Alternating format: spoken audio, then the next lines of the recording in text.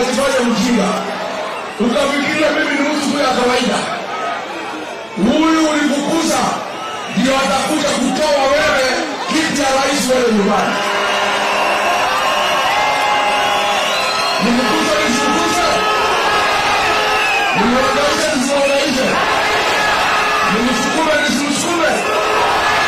Wangapi nasema nihangaishe na sababu ni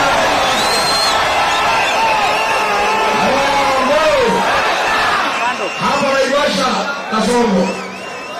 Mtu ya uongo. Ulikuja hapa Naivasha ukaahidi watu ya Naivasha ati ukichaguliwa utaweka maji ya mfereji kwa kila boma. Ameweka? Ni muongo si muongo?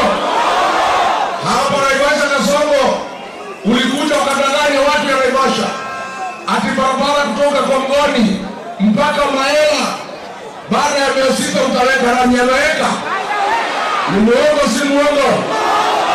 Hapa Kengen Kasongo ulisema ukiwa rais hao vijana na wasichana ya Naivasha watapewa ajira katika Kengen kuliko uwapatie yote ya Naivasha. Umeenda Eldoret, umechukua watu ya jamii yako umejaza hapa Kengen. Hao watu ya Naivasha hawana ajira. Ni muongo si muongo? Ni mkabila si mkabila? Wewe Kasongo umezoea kuita watu wa kabila. Wewe ndio mkabila mkuu katika Jamhuri ya Kenya.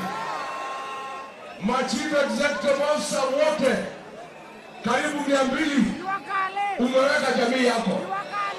OCS, OCD yote Nairobi umejaza jamii yako. Hapa Nakuru, the entire police command hapa Naivasha umeweka watu ya jamii yako. Kazi hapa kwa Kengen umejaza jamii yako.